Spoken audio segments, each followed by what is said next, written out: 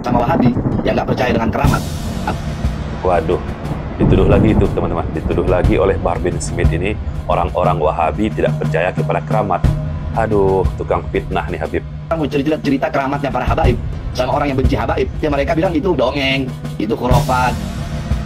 Ya kalau kebanyakan cerita-cerita tentang keramatnya para habaib, ya itu semua kebanyakan adalah dongeng, khurafat, bukan keramat, bukan karomah. Percuma. Nah, orang yang tidak percaya keramat, tidak percaya keramat, ya berarti dia tidak percaya dengan kekuasaan Allah SWT. Tuh, digiring lagi tuh opini teman-teman. Kenapa saya katakan dia ini tukang fitnah, teman-teman? Dia selalu memfitnah orang-orang yang dia sebut sebagai Wahabi ini. Yang pertama, seperti tadi, tidak percaya karomah, tidak percaya kepada kekuasaan Allah, katanya. Bahkan juga dituduh orang-orang Salafi Wahabi ini sebagai golongan takfiri yang suka mengkafir-kafirkan. Bahkan juga pernah dia menyatakan bahwa orang-orang Salafi Wahabi ini anti ziarah kubur, tidak meyakini bahwa doa orang yang masih hidup sampai kepada orang yang sudah meninggal dunia. Tuduhan semua teman-teman. Memang tukang fitnah ini, Bahar. Assalamualaikum warahmatullahi wabarakatuh. Apakah Anda pernah ikut majelisnya para so-called habaib itu? Cobalah Anda ikuti. Coba Anda dengarkan saja apa yang mereka katakan. Maka Anda akan mendapati glorifikasi. Yang pertama, glorifikasi grosiran nasab orang-orang dari golongan mereka, habaib itu. Ini jadi agenda wajib di majelis-majelisnya. Mereka mengklaim nasabnya tersambung hingga Nabi, nasab secara biologis tentunya. Silahkan kalian jatuhkan kehormatan Ba'alawi. Silahkan kalian hina sesuka hati kalian. Diamnya para Ba'alawi, diamnya para Ba'alawi atas orang-orang yang hina itu adalah suatu jawaban semestinya. Bahwasanya manusia terlalu mahal untuk membalas keuntungan anjing-anjing semesta. Saudara-saudara, kami Ba'alawi bagaikan kayu gahru, yang dimana kayu gahru semakin dibakar semakin semerbak wanginya. Kami Ba'alawi bagaikan besi, semakin ditempa semakin dibakar. Kami akan menjadi pedang yang terhunus, yang siap memenggal leher-leher para musuh-musuh Allah Subhanahu wa Ta'ala. Karena Nabi Muhammad SAW tidak memiliki putra yang hidup hingga menikah dan memiliki anak, mengklaim pula anggota Ahlul Bait Nabi. Yang kedua, sholawatan yang redaksionalnya tidak melulu salawat yang diajari Nabi, tetapi banyak pula ya yang inovasi ataupun modifikasi, plus ada musiknya juga. Tujuannya memperkuat sugesti klaim nasab mereka.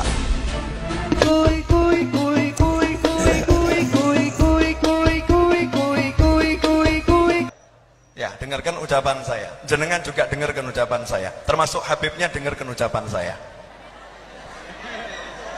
Iya, saya ini gini-gini dapat ijazah Simtudura dari orang yang benar. Gini-gini ini mantu cucu. Gini-gini 11 tahun dididik langsung oleh Habib Anis. Makanya saya nggak mau duduk ke depan. Saya takut disotek. Nih, maulud seperti ini ada Habib Novel di dalamnya. Malu saya. Malu kepada Rasulullah, malu pada Habib Ali, dan malu kepada Habib Anis. Karena nggak benar yang begini. Nggak benar. Bukan begini cara baca maulid Simtudura. Bukan begini. Paham? Yuk malam ini diluruskan bersama. Sama, jadikan maulidnya bagus, kan Rasulullah hadir. Jadikan Rasulullah hadir, bener hadir. Mana mau Rasulullah hadir ada yang joget-joget. Yang ketiga, cerita-cerita khurafat yang berisi kehebatan leluhur mereka di luar nalar. Indonesia merupakan negara yang insya Allah dengan anak cucu Nabi Muhammad SAW terbesar di dunia. Ya ada yang lebih banyak di Indonesia terbesar di dunia. Bangsa ini akan aman, bangsa ini akan sejahtera, bangsa ini akan makmur selama anak cucu Nabi Muhammad SAW tidak diganggu, tidak diusik, dimuliakan, dicintai, disayangi. Karena apa? Ada doa dari kakeknya, pemimpin kita semua, baginda Muhammad sallallahu alaihi wasallam. Dan di luar hadis dan di luar dalil hadis maupun Quran yang tujuannya untuk melegitimasi poin yang pertama tadi. Yang keempat, tadi yang ketiga ya. Yang keempat, perayaan atau haul kematian orang-orang dari golongan mereka habaib itu. Sering sekali mereka menggelar acara perayaan itu dari kuburan ke kuburan yang diklaim kuburannya Habib sampai kuburan leluhurnya di Yaman itu. Ya. Kalau dia mengatakan keturunan Nabi, keturunan Rasul, konsekuensinya wajib dia mengikuti Rasulullah. Kenyataan yang ada tidak, dia nggak mengikuti Rasulullah SAW.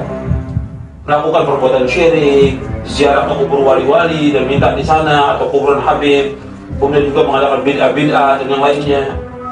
Kemudian juga orang diajak untuk kultus kepada dia bahwa dia yang paling mulia, bahwa dia ahli surga, pasti surga. Dari mana? Tidak ada yang tahu seorang itu ahli surga. Hatta dia melakukan amal soleh yang terbaik di muka bumi ini, nggak bisa kita jamin masuk surga.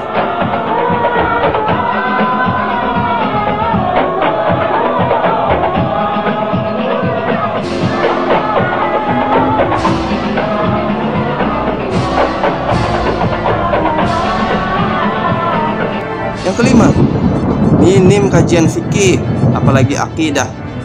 Ya. Yang keenam, ada yang jualan juga di majelisnya dengan iming-iming barokah. Yang ketujuh, mengajak orang untuk tunduk dan hormat sama kaum habaib ini. Tentu saja dengan iming-iming barokah dan ancaman kualat. Ya, kebanyakan seperti itu. Wahai Habib Bahar dan pengikutnya, Baharbi, ini adalah video tanggapan ya, karena jejak digital Anda ini sangat kejam. Anda ini sebenarnya belajar agama itu dari mana awalnya? Ya, kalau bukan dari Al-Quran dan Sunnah. Kaum Salafi itu ya mengingatkan kita gimana caranya kembali ke ajaran Islam ya, pemurnian Islam ya, tanpa dicampur adukan oleh ajaran-ajaran kitab-kitab yang tidak jelas itu. Harusnya Anda menghargai, seharusnya Anda memahami, minimal Anda itu menghormatilah, hormati, minimal Anda itu mengetahui ya, atau bilang atau menyadari jika kalian ingin mengetahui Islam yang sesungguhnya, belajarlah kepada ulama-ulama salaf gitu ya. Kalau ini kebalikannya, malah menghina, malah memfitnah. Apa tujuan Anda ini? Padahal Anda ini Habib. Nanti jika tiba-tiba semua orang umat muslim yang ada di Indonesia menantang Anda, apa yang bisa Anda lakukan? Video kemarin saya memberikan penjelasan mengenai kenapa saya menentang Habib Bahar dan apa tantangan saya dan bagaimana tanggapan saya terhadap tantangan itu, beserta ada alasan kenapa Habib Bahar ini belum mau untuk menemui saya atau bertemu saya. Karena tantangan saya bersifat publik, harusnya beliau ini memberikan jawaban yang di publik juga, bukan memberikan video-video yang tidak jelas. Wis. Lawan siapa sih? Ada orang sering bilang siapa? Siapa? Oh, dari Pras. Waduh, siap kau lawan. Bahar bin Smith ini teman-teman bertanya kepada ini orang, siap kau lawan dari Pras. Waduh. Dari dulu sumpah. Nggak usah. Buat apa ngeliatin orang-orang kayak begitu? Waduh. Iya, begitu itu bukan untuk apa namanya? Untuk apa? Bukan untuk dibanggakan apa? Biasa saja. Duel-duel apa segala macam lah. Santai di sini. Jadi teman-teman, Heri Pras saja belum ditanggapi Anda ini. Tanggapilah, ya. Tanggapi video Heri Pras itu. Giliran preman menantang Anda datangi. Tadi rompas. Bilang sama dia, Anda udah sampai ke tempat dia di Minahasa. Suruh dia cuma sampai ke tempat Anda di Warasa, di Manado. Banyak orang potong-potong kepala dua dia.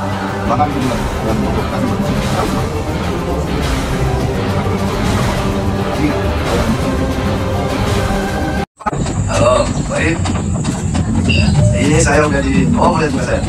Saya udah di Kresek, Oke, pasar Kresek. Hah? Kenapa? Sama supir diam. Supir diam sendiri, tenang aja.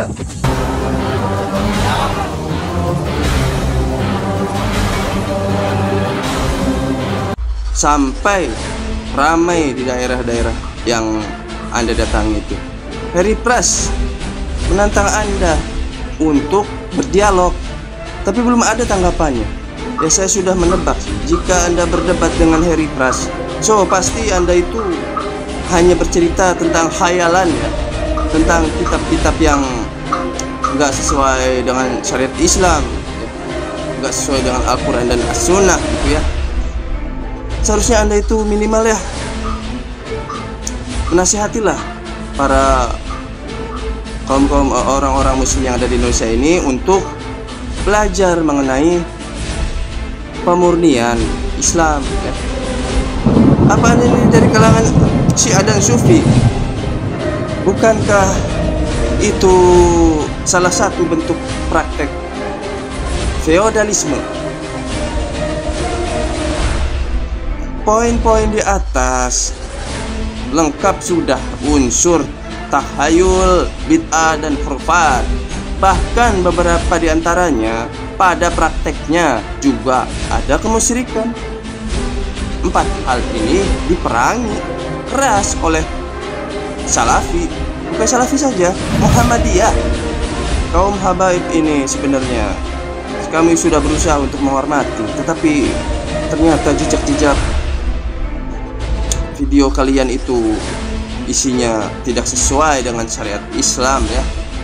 Terlalu banyak opini ya, asumsi segala macam, kitab-kitab yang gak jelas itu ya. Saya sebagai orang awam, alhamdulillah saya tidak terdoktrin oleh kitab-kitab yang tidak jelas itu ya. Banyak kitab-kitab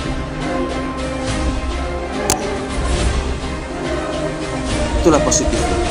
Jamaah Muhammadiyah dan Salafi paham betul bahwa praktek-praktek bid'ah, kepercayaan berunsur tahayul, dan cerita bohong yang disandarkan pada agama khurafat itu bentuk pencemaran pada tauhid dan akidah.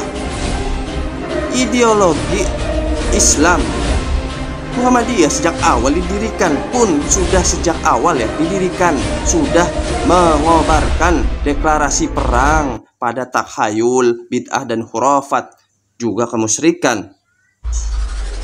Muhammadiyah juga berpikiran bahwa takhayul, bid'ah, dan khurafat itu di samping faktor-faktor yang membentuk kemusyrikan juga mengganggu produktivitas umat Islam. Muhammadiyah berusaha membasmi ini dengan memberi literasi melalui lembaga-lembaga pendidikannya, menghapus mitos-mitos dan takhayul. Ia juga melalui sarana kesehatannya ya,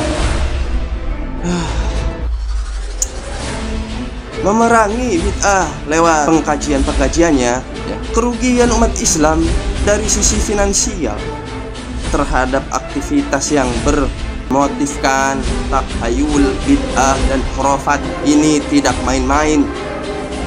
Kalau mau ya ditotal dari yang aktivitas yang paling kecil skalanya di lingkungan rumahan sampai yang penggalaman massa yang besar bisa sampai triliunan.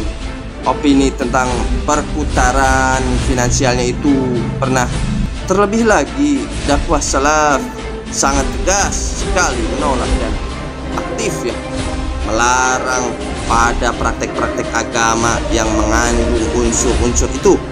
Prioritas utama mereka dalam dakwah adalah tema pemurnian tauhid. Keduanya juga berpegang pada hadis-hadis sahih dan ayat Quran ya, yang menyatakan barang siapa yang lamban amalnya, maka nasab tidak bisa mengejarnya. Itu sudah saya ulas ya video yang kemarin, cari saja ya. Wahai Fatimah putri Muhammad, mintalah padaku apa yang engkau mau dari hartaku. Sesungguhnya aku tidak dapat menolongmu sedikit pun dari Allah ya. Sesungguhnya orang yang paling mulia di antara kamu di sisi Allah. Hadis riwayat Bukhari ya. Sesungguhnya orang yang paling mulia di antara kamu di sisi Allah ialah orang yang paling takwa di antara kamu. Sesungguhnya Allah Maha mengetahui lagi Maha mengenal ya. Quran surat Al-Hujurat ayat 13. Betul nggak? Ya betul.